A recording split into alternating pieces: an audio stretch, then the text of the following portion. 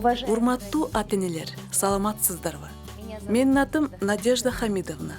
Сиздерге сабак өтүп жаткандыгыма абдан кубанычтамын. Бүгүн биз COVID-19 боюнча чектөөлөр киргизилген шарттарга көңүл бурабыз. Ошондой эле үй бүлөдөгү кырдаалды кантип жумшартуу керектигин талкуулайбыз. Биздин көңүл борборубузда өспүрүмдөр. Бул видео сабак бардыгыбызга өспүрүмдөргө психосоциалдык колдоо көрсөтүүгө жардам берет. Сабак учурунда өспүрүмдөрдүн курактык жана жеке өзгөчөлүктөрү тууралуу сүйлөшөбүз. Обочолонуу шартындагы өспүрүмдүн тобокелчиликтерин жана мүмкүнчүлүктөрүн карайбыз. Узак мезгилде үйдө бирге болуу учурунда үй бүлөдөгү психоэмоционалдык бакубаттуулукту кантип сактай алабыз? Ошондой эле ата-энелер өспүрүмдөр менен кантип ишенимдүү мамиле кураларын талкуулайбыз. Азыр биз татаал мезгилде жашап жатабыз. Кыргызстан оорунун жайылышын токтотуу үчүн бардык чараларды көрүп жатат. Биз обочолонуу, үй карантини жана обсервация сыяктуу сөздөрдү көп уга баштадык. Алгач бул эмне экендигин жана алар биздин жана балдарыбыздын жашоосуна кандай таасирин тийгизе тургандыгын карап көрөлү. Обочолонуу бул адам үйдө болуп жана өтө зарыл болгон учурларда гана сыртка чыгуучу алдын алуучу сактык чаралар. Бул оорунун жайылышын токтотуу үчүн эң эле натыйжалуу чаралардын бири. Биз режимди сактайбыз. Көчөгө өтө зарылчылык болмоюнча чыкпоо, башка адамдар менен байланыштарды чектөө. Обочолонуу режимин бардык курактагы адамдар сактоого милдеттүү. Үй карантини бул адамдын медицина кызматкеринин көрсөтмөсү боюнча обочолонуу режимин сакташы. Карантиндеги адам үй карантинде алып салганга чейин жашаган жери боюнча дайыма болушу керек. Ошол мезгилде үйдөн чыгууга жана башка адамдар менен байланышта болууга тыюу салынат. Эгерде мүмкүнчүлүк болсо, бейтап өзүнчө бөлмөдө болгону жакшы. Обсервация бул оорулуулар үчүн байланышлуу болгон адамдарды коомдон обочо бөлүү максатында убактылуу жашап туруу үчүн атайы бөлүнүп берилген жай. Обсервацияга адамдар 14 күнгө жайгаштырылат. Өспүрүм үчүн обочолонуу шарттарында узак убакыттарга чейин болуу психологиялык көз караштан алганда оор болушу мүмкүн. Ал өзүнүн психофизиологиялык өнүгүүсүнөн улам аялуу болуп калат. Өспүрүм үчүн бул татаал жана оор кырдаал. Түшүнбөстүккө, стресске, депрессияга алып келиши мүмкүн. Өспүрүмдү үй бүлөдө жана үйдө кармоо көп учурда чоң адамдар үчүн чечилбеген көйгөй боло баштайт. Үй бүлөнүн ичиндеги кырдаал чыңалууга жана чыр-чатактын чыгуусуна алып келет. Мындай учурда өспүрүмгө жана чоң адамдарга обочолонуу эрежелерин сактоо жана өзүн өзү көзөмөлдөөсү кыйын болот. Ушул курактагыларга өзүнүн курбалдаштары менен чогулуу, социумда болуу, бир жагынан чоң адамдардын айткандарына кулак салуу мүнөздүү келет эмеспи? Үйдөн тышкары социалдык чөйрө өспүрүмдүн жүрүм-турум атрибуту болуп калат. Ошондуктан өзүнүн көнүмүш чөйрөсүнөн ажыраган өспүрүмдөр аргасыз социалдык обочолонууну башкаларга караганда кыйла оор көтөрүшөт. Алар өзгөчө кырдаалдардагы алдын алуу чараларын сактабай коюудан коркушат. Ошол эле учурда мүмкүн болгон коркунучту таанышат жана кабыл алышпайт. Мындай шарттарда кыжырлануу, агрессия, терс эмоциялар пайда болот. Үй бүлө менен карама-каршылыктар келип чыгат. Ички кризис башталат. Өспүрүмдөр келечектен коркуу сезимине дуушар болушат. Мындан ары ээн эркин жүрүү мүмкүнчүлүгү болбойт. Жана башка мамиле түзүүнүн түрлөрү үчүн күч жумшоо керек деген ойлор пайда болот. Өзүн өзү баалоосу төмөндөйт.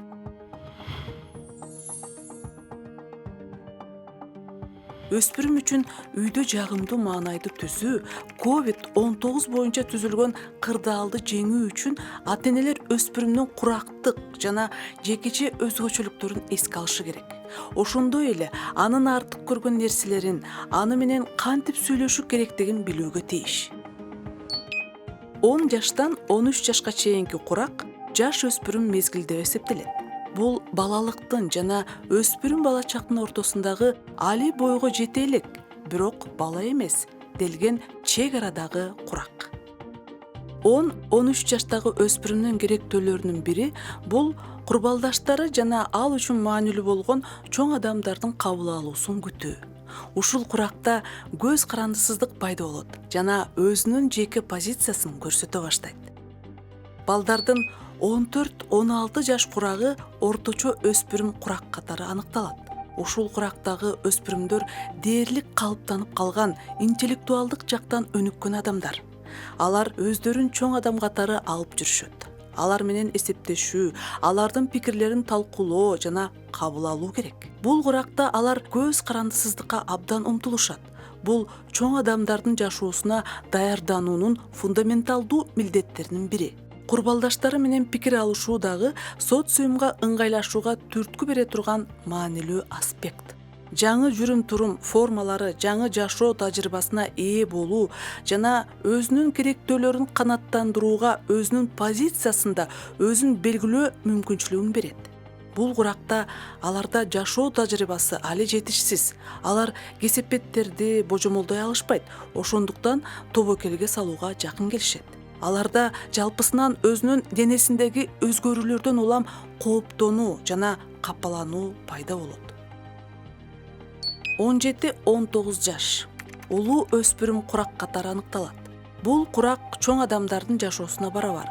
Анткени өспүрүмдө жашоо багыттары калыптанып калат.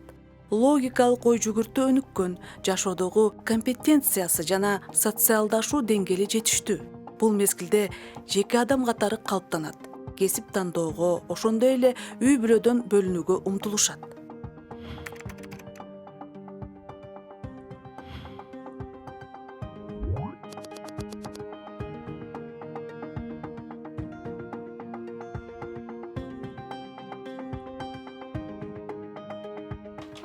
Ооба, азыр чыгып атам. Байке, мен эшикке чыгып атам.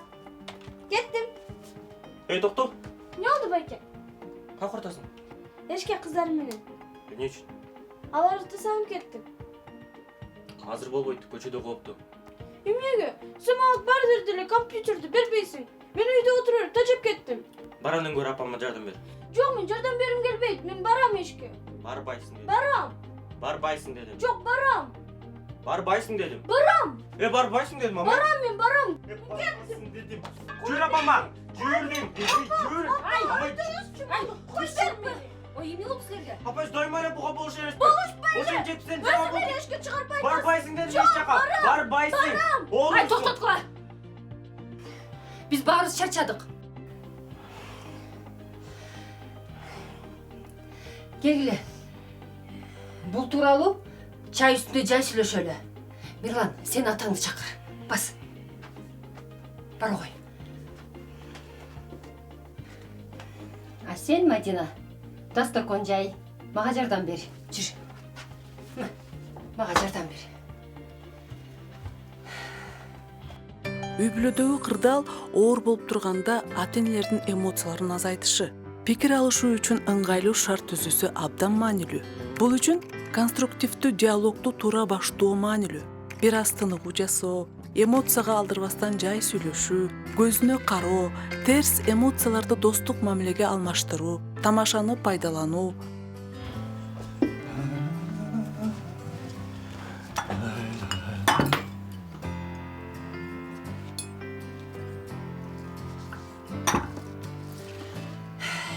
Биз баарыбыз көптөн бери үйдө отургандан туугандарыбызды, досторубузду, жакындарыбызды көрбөй калгандан чарчадык.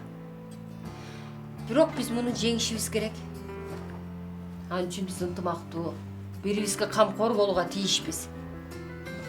Мен сени түшүнүп атам, Мадина. Сен көптөн бери курбуларыңды көрө элексиң. Сен аларды сагындың. Бирок азыр учурдагы жагдай көчөгө жай баркап жүрүүгө мүмкүнчүлүк бербейт.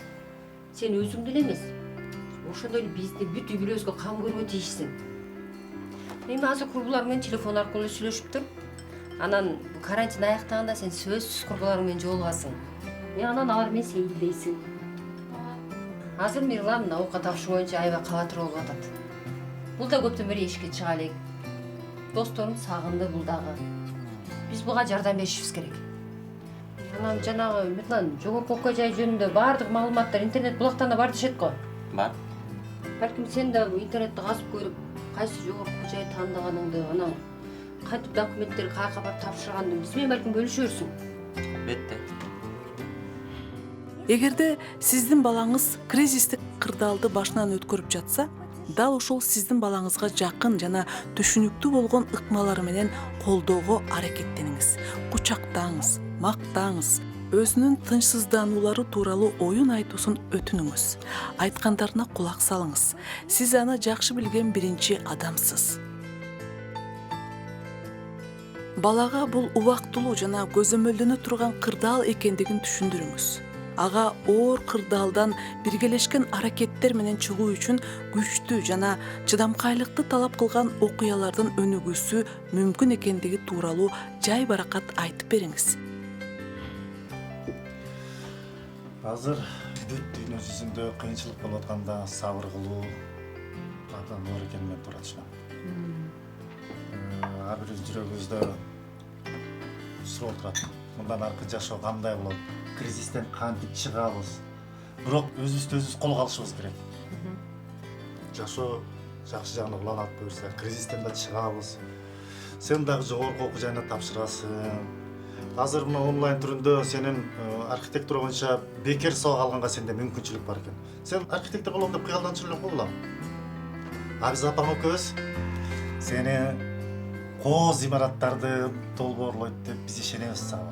Ал эми жакшы билим болсо, тегерегиңдеги адамдарга мамиле түзгөнгө абдан чоң жардам берет балам. Ооба ата. Албетте окууга өтөм. Бирок мен азыр мажына көбүрөөк тынчсызданып жатам. Эмнеге?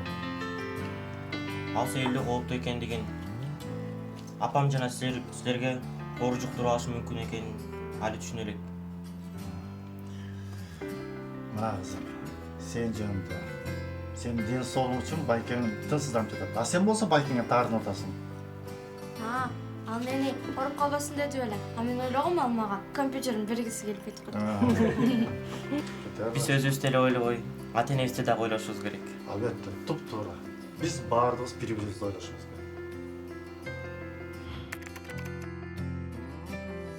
Үй бүлөдө тынч, коопсуз, жагымдуу, ак пейил чөйрө түзгүлө жана колдогула. Бири-бириңерди мактагыла, мактоолорду айткыла, тамашалашкыла, бири-бириңерге камкор мамиле кылгыла, өспүрүм менен өткөргөн убакытты баалагыла. Өспүрүмдү уга жана түшүнө билгиле. Аны эмне толкундандырат жана тынчсыздандырат, кубандырат же капалантат. Үй бүлөлүк салттарды, диний ырым-жырымдарды колдогула. Силерди бириктире турган жаңыларын ойлоп тапкыла. Үй бүлөнүн ар бир мүчөсүнө ал обочолонуп жана эс ала турган жай даярдагыла. Обочолонуунун ар кандай ишмердүүлүктүн түрлөрү менен алектенүү, анын ичинде китеп окуу жана окуган китепти чогуу талкуулоо, биргелешип музыка угуу үчүн мүмкүнчүлүк катары карагыла. Өзүнүн билимин жогорулатуу жана өзүн өстүрүү өспүрүм үчүн обочолонуу шарттарында негизги орунда турат.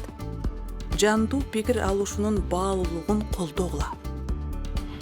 Ушу компьютер боюнча дагы пикир келишпестиктер болбош үчүн келгиле сүйлөшүп алалы. Компьютер ким кандай убакта пайдалана тургандыгын. Мисалы мен азыр үйдө отурганына байланыштуу онлайн режимде иштегенди үйрөнүшүм керек. Менин кесиптештерим баардыгы ошондой режимде иштеп атышат. А мен болсо азыркыга чейин компьютер менен иштегенди билбейм. Мирлан, сен мага жардам бересиңби? Албетте ата. Компьютер менен иштеген абдан туура. Бирок андагы чарбачылык менен аякка алыштыра билиш керек, туурабы? Мага мисалы үчүн бакчада жардамчы керек. Туурабы? Анан физикалык жактан да көнүгүүнү унутпашыбыз керек. Билесиңер да мен спортко жакын экен. Туурабы? Кызым?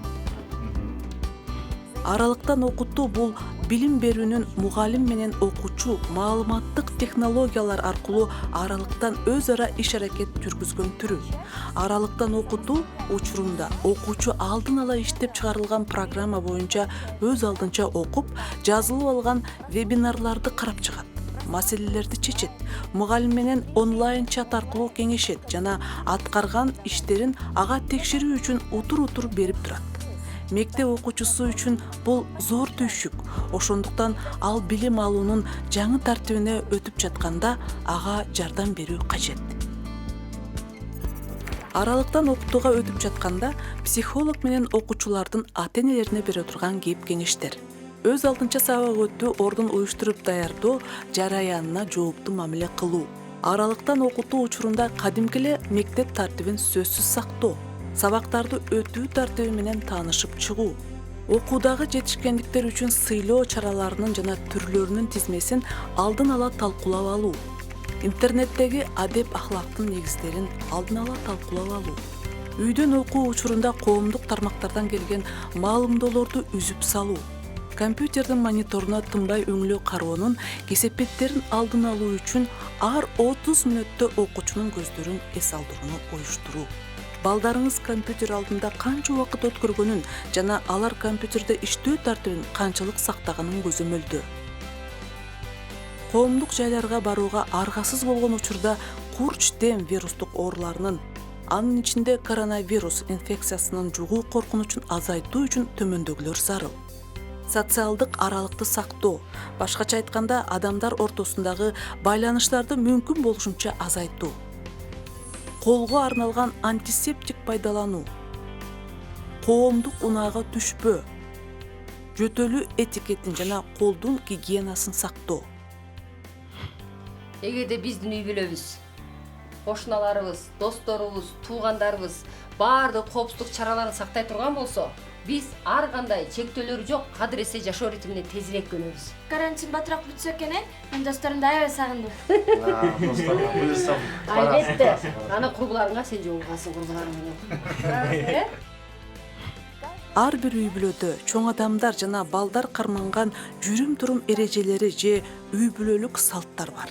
Өзгөчө кырдаалдар жана убактылуу обочолонуу шарттарында үй бүлөлүк эрежелер жаңы өзгөртүүлөрдү киргизүүнү талап кылат. Эрежелер чек араларды аныктайт жана үй бүлөнүн бардык мүчөлөрү тарабынан туура, так кабыл алынышы жана жарыяланышы керек. Ошондой эле бардыгына түшүнүктүү жана аткарыла тургандай болууга тийиш. Өспүрүмдөр эрежелердин бузулушунун кесепеттерин моюнга алууга жана алар мындай кырдаалдарда адилеттүү баалана тургандыгын билүүгө тийиш. Өспүрүм үй бүлөнүн белгиленген эрежелерин сактоодо ата-энелери тарабынан жардам жана колдоо болот деп ишенет. Ата-энелер ийкемдүү жана ишенимдүү өнөктөш болушу керек. Алар сөзүнө турууга, өздөрү үлгү болууга, өздөрүнүн катачылыктарын моюнга ала билүүгө, өспүрүмгө чечим кабыл алуу укугун берүүгө тийиш. Кайсы бир аракетти чектөө, мисалы, эгерде өспүрүм компьютерде үй бүлөдө белгиленген убакыттан узак отурса, анда ал өзүнүн ден соолугуна зыян келтирип жана үй бүлөнүн мүчөлөрүнүн укуктарын бузарын түшүнүшү керек. Коопсуздукта чоңоюу жашоо тажрыйбасын, психологиялык туруктуулукту калыптандырат жана өнүктүрөт. Обочолонуу шарттарында үй бүлөдөгү жүрүм-турум эрежелеринин сунушталган тизмеси. Биздин үй бүлө мүчөлөрүбүздүн ичинен эч кимиси компьютерде 2 сааттан ашык тынымсыз иштебейт. Үй бүлөнүн ар бир мүчөсү компьютерде күн тартибинде белгиленген убакыт боюнча иштейт. Көчөгө, дүкөнгө же дарыканага чыгаардын алдында бет кап тагынабыз жана антисептик колдонобуз. Кечки тамакты бардыгыбыз чогуу жасайбыз жана саат 19:00дөн кечикпестен тамактанабыз. Күн сайын таза абада жасалуучу пайдалуу ишти табабыз жана аны 1 саат аралыгында аткарабыз. Чөп жыйноо, бакчаны отоот чөптөн арылтуу, түшүм жыйноо. Ар бир үй бүлө өздөрү үчүн ылайыктуу болгон эрежелерин иштеп чыгышы керек. Урматтуу ата-энелер, биз сиздерге өспүрүмдөргө психологиялык колдоо көрсөтүү боюнча айрым кеңештерди сунуштайбыз. Өспүрүмдүн жашоо тажрыйбаларын өнүктүрүүгө түрткү бергиле. Өспүрүмдүн коомдук пайдалуу аракетиндеги чыгармачылык жөндөмдүүлүктөрүн өнүктүргүлө жана колдогула. Жеке мейкиндикти түзгүлө. Көйгөйлөрдү өз алдынча чечүүгө мүмкүнчүлүк бергиле. Обочолонуу шарттарында кырдаалды чечүү жолдорун көрсөткүлө. Өспүрүмдүн тандоосун урматтагыла. Үй бүлөлүк чечим чыгарууга катыштыргыла. Өспүрүмдүн пикирин эске алгыла. Үй бүлөлүк салттарды жүрүм-турумдун ченемдерин жана эрежелери катары урматтагыла жана кадырлагыла. Бош убакытты жана башка ишмердүүлүктүн түрлөрүн чогуу пландагыла. Бир калыптагы жана ишенимдүү мамилелерди түзгүлө. киргизилген тартипти же графикти мүмкүн болушунча так аткарууга аракеттенгиле. Урматтуу ата-энелер, узак убакыттарга чейин бирге болгон учурда сиздер тараптан өспүрүмдөрдүн ден соолугуна жана бакубаттуулугуна жагымдуу таасирин тийгизе турган психологиялык колдоонун болушу зарыл. Өзүңөрдү жана балдарыңарды коргогула.